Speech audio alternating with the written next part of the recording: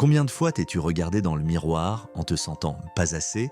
Combien de nuits t'es-tu endormi en repassant tout ce que tu avais mal fait, au lieu de te souvenir de tout ce que tu avais bien fait?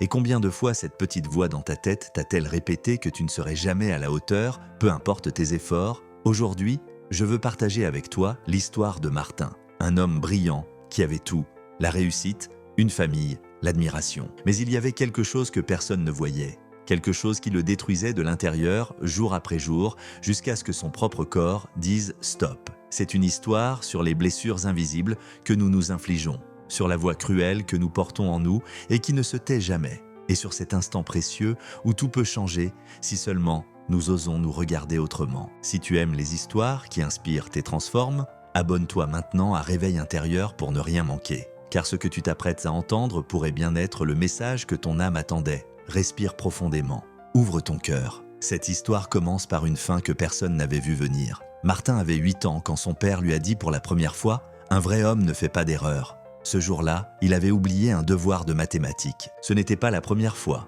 Son père, un ingénieur brillant et exigeant, l'a regardé avec cette déception froide que Martin n'oublierait jamais. À partir de ce moment, quelque chose a changé en lui. Il a appris que l'amour devait se gagner, que l'acceptation ne se méritait qu'avec la perfection, et que toute faute, même minuscule, prouvait qu'il ne valait pas assez. Les années ont passé, Martin est devenu architecte diplômé avec les honneurs. Il a épousé Elena, une femme au grand cœur qu'il aimait sans condition. Ils ont eu 2 enfants merveilleux qu'il admirait. Il s'est bâti une carrière reconnue, des projets salués, une vie qui, de l'extérieur, semblait parfaite. Mais à l'intérieur, Martin vivait en prison. Chaque projet était une bataille contre la peur d'échouer. Chaque conversation, un examen à réussir. Chaque nuit, avant de dormir, il repassait mentalement la moindre erreur de la journée, se punissant sans pitié. Elena le voyait souffrir. Leurs enfants ressentaient en son absence émotionnelle. Mais Martin ne savait pas comment s'arrêter, parce qu'au fond, il ne croyait pas mériter l'amour qu'il recevait. Tout a changé un après-midi d'octobre. Martin présentait le projet le plus important de sa carrière, un complexe culturel qu'il avait conçu pendant 2 ans. Devant les investisseurs, les directeurs et ses collègues, il a commencé son exposé avec assurance. Mais au milieu de la présentation, il a oublié une donnée cruciale. Juste un chiffre, une statistique mineure. Personne d'autre ne l'a remarqué. Personne n'a posé de questions. Le projet a été approuvé sous les applaudissements. Mais pour Martin, ce petit oubli a été dévastateur. Cette nuit-là, il n'a pas dormi. Le lendemain, il a à peine pu travailler, la voix dans sa tête répétait sans cesse « Tu es un imposteur, tu ne mérites pas ce succès. Tôt ou tard, tout le monde découvrira que tu n'es pas aussi bon qu'il le pense. » Elena l'a trouvé dans son bureau à 3 heures du matin en train de pleurer en silence. Elle lui a pris les mains et a dit « Mon amour, tu te détruis pour rien. » Mais Martin n'arrivait pas à l'entendre. La pression dans sa poitrine était insupportable. Les jours suivants ont été pires. Il a cessé de bien manger, de dormir, de prendre plaisir à quoi que ce soit, jusqu'à ce qu'un matin, en se regardant dans le miroir, son corps s'effondre tout simplement. Martin s'est réveillé dans un lit d'hôpital entouré de câbles et de machines. Une crise de panique sévère, ont-ils dit, son cœur avait battu si vite qu'il a cru mourir. Elena était à son chevet, les yeux gonflés d'avoir pleuré toute la nuit. Leurs enfants sont entrés, effrayés, l'enlaçant comme s'ils revenaient de très loin. Et à cet instant, étendu sur ce lit froid, Martin a ressenti quelque chose qu'il n'avait jamais ressenti. La peur, non pas la peur de mourir, mais la peur de continuer à vivre ainsi, de se perdre à jamais dans cette prison d'exigences impossibles. Le médecin a été direct. « Monsieur Martin, votre corps crie ce que votre esprit refuse d'entendre. Vous avez besoin d'aide professionnelle. Ce n'est pas de la faiblesse, c'est une question de survie. » Au début, Martin a résisté. « Je ne suis pas fou », se répétait-il. « J'ai juste besoin de repos. » Mais Elena s'est assise en face de lui, lui a serré les mains avec fermeté et a dit quelque chose qui a brisé toutes ses défenses. « Mon amour, si tu ne le fais pas pour toi, fais-le pour nous. Parce que nous sommes en train de te perdre et nous ne savons pas comment t'aider. » 3 semaines plus tard, Martin était assis dans un cabinet simple mais chaleureux face à Clara, une thérapeute d'une 60aine d'années, au regard sage et au sourire sans jugement. Elle n'a posé qu'une question et cette question a tout changé. « Martin, si ton fils faisait la même erreur que toi, le traiterais-tu comme tu te traites toi-même ?» Le silence qui a suivi a été assourdissant. Et pour la première fois de sa vie, Martin a vu avec une clarté implacable la cruauté avec laquelle il s'était traité pendant des décennies. Les semaines se sont transformées en mois. Chaque séance avec Clara était comme éplucher un oignon, couche après couche de douleurs, de croyances toxiques, de blessures anciennes. Martin a appris que son perfectionnisme n'était pas une vertu, mais une armure, une manière désespérée de se protéger du rejet qu'il craignait tant. Il a compris que la voix cruelle dans sa tête n'était pas la sienne. c'était celle de son père, celle d'une société qui récompense la réussite et punit l'erreur, d'un monde qui nous enseigne que notre valeur dépend de notre perfection. Mais le véritable tournant est arrivé un après-midi pluvieux de mai. Clara lui a proposé un exercice étrange, presque absurde. « J'aimerais que tu écrives une lettre, dit-elle doucement. Mais pas à ton père, ni à moi, ni à personne d'autre. Écris une lettre à Martin. » Au petit garçon de 8 ans qui a fait une erreur et a cru perdre l'amour de son père. À l'adolescent qui a étudié jusqu'à l'épuisement pour être reconnu, à l'homme qui a bâti toute sa vie sur la peur de ne pas être assez. Martin est rentré chez lui, le cœur lourd. Il s'est assis devant une feuille blanche et est resté là, paralysé pendant des heures. Il ne savait pas quoi dire. Comment demander pardon à l'enfant qu'il avait été? Puis enfin, les larmes ont commencé à couler sur le papier et il a écrit « Cher Martin, je suis tellement désolé pour tout le mal que je t'ai fait. Désolé de t'avoir jugé si durement. Désolé de ne pas t'avoir pris dans mes bras quand tu en avais le plus besoin. Désolé de t'avoir répété que tu n'étais pas assez alors que tu l'as toujours été. » Cette nuit-là, Martin a pleuré comme jamais auparavant. Il a pleuré pour l'enfant qu'il avait été, pour l'homme qu'il avait perdu en chemin. Et dans ses larmes profondes, quelque chose d'ancien et de lourd s'est enfin détaché de son âme. La transformation de Martin n'a pas été magique. Elle n'a pas eu lieu du jour au lendemain.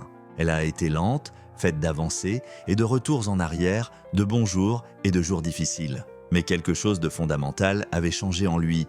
Pour la première fois de sa vie, il apprenait à se traiter avec compassion. Quand il faisait une erreur au travail, au lieu de se punir pendant des jours, il respirait profondément et se demandait « Que dirais-je à mon fils s'il était à ma place ?» Et avec cette simple question, tout changeait. Il a appris à célébrer ses réussites sans chercher la perfection, à demander pardon sans se flageller, à regarder ses cicatrices émotionnelles non comme des faiblesses, mais comme des preuves de sa résilience. Un dimanche après-midi, 6 mois après son effondrement, Elena l'a trouvé dans le jardin, assis sous l'arbre où leurs enfants jouaient autrefois. Il contemplait le coucher du soleil avec une expression qu'elle n'avait pas vue depuis des années, la paix. Elle s'est assise à côté de lui en silence, lui a pris la main et après un long moment a murmuré « Tu es différent, c'est comme si tu étais enfin rentré à la maison. » Martin l'a regardé, les yeux brillants, a souri et a répondu « Oui Elena, je suis rentré à la maison, je suis rentré en moi-même. Et pour la première fois de ma vie, je me sens en paix avec qui je suis. » Ce même jour, Martin a ouvert le tiroir où il gardait la lettre écrite des mois plus tôt. Il l'a relue une dernière fois, avec tendresse, comme on relit les mots d'un vieil ami. Et il a su qu'il n'en avait plus besoin, parce qu'il avait enfin appris la leçon la plus importante de toutes, qu'il n'avait pas besoin d'être parfait pour être digne d'amour. Il avait seulement besoin d'être humain, il avait seulement besoin d'être lui. L'histoire de Martin nous rappelle quelque chose que nous devons tous garder en mémoire, surtout dans les temps que nous vivons. Tu n'as pas besoin d'être parfait pour être digne d'amour. Tu n'as pas besoin d'avoir toutes les réponses pour mériter le respect. Tu n'as pas besoin de satisfaire toutes les attentes pour avoir de la valeur, car ta valeur ne dépend pas de ce que tu fais, mais de qui tu es. Nous vivons dans un monde qui exige la perfection à chaque instant. Des réseaux sociaux remplis de vies apparemment idéales. Des emplois qui demandent une excellence sans repos. Des familles qui attendent que nous soyons toujours forts, toujours souriants, toujours bien. Et au milieu de toute cette pression, nous oublions l'essentiel. Nous sommes humains, et les humains font des erreurs. Ils ont des mauvais jours, ils se trompent, ils disent des choses qu'ils regrettent. Ils prennent des décisions imparfaites, et cela n'est pas seulement acceptable, c'est ce qui nous rend vrais, authentiques, réels. La véritable force ne réside pas dans le fait de ne jamais tomber, mais dans la capacité à se relever avec bienveillance envers soi-même, à se regarder dans le miroir après une journée difficile et dire « Ce n'était pas ma meilleure journée, mais j'ai fait de mon mieux avec ce que j'avais et c'est suffisant. » Car quand tu apprends à te traiter avec compassion, quand tu deviens ton meilleur ami, au lieu de ton pire ennemi, tout change. Tes relations s'améliorent, car tu cesses de projeter ta propre sévérité sur les autres. Ta santé s'équilibre car ton corps cesse de vivre en alerte permanente. Et ta paix intérieure revient car tu arrêtes enfin d'être en guerre contre toi-même. Souviens-toi toujours de ceci, tu n'as pas besoin d'être parfait. Tu as juste besoin d'être toi, avec toute ton humanité, belle, imparfaite et authentique. Avant de nous quitter, je veux que tu prennes une pause. Ferme les yeux un instant et pose-toi ces questions avec une totale honnêteté. Comment t'es-tu traité dernièrement ? Es-tu ton pire critique ou ton meilleur ami ? Quand tu fais une erreur, te punis-tu sans pitié ? Ou t'accordes-tu le droit d'être humain ? Te parles-tu avec amour ou avec des mots que tu ne dirais jamais à quelqu'un que tu aimes ? Si, en répondant à ces questions, tu sens un nœud dans ta poitrine, si tu réalises que tu as été dur avec toi-même, je veux que tu saches une chose, tu n'es pas seul. Des millions de personnes dans ce monde portent cette même voix cruelle en elles. Mais aujourd'hui, peut être le jour où tout commence à changer. Aujourd'hui est un bon jour pour déposer ce fardeau de perfection qui pèse si lourd, pour te regarder avec les mêmes yeux que tu poses sur ceux que tu aimes, pour t'accorder ce dont tu as le plus besoin, la permission d'être imparfait, de te tromper, d'apprendre, de grandir. La vie est bien trop courte pour la passer en guerre contre ton propre esprit. Alors respire, pardonne-toi pour tout ce que tu crois avoir mal fait. Aime-toi avec la même intensité que tu aimes les autres, car dans tes imperfections réside ta plus grande beauté, dans tes blessures, ta plus grande sagesse, et dans ton humanité, ta véritable grandeur. N'oublie jamais, tu n'as pas besoin d'être parfait. Tu as juste besoin d'être vrai.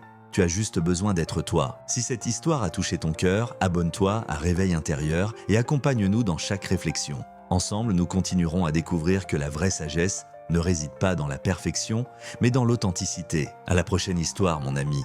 Prends soin de toi et surtout, traite-toi avec amour.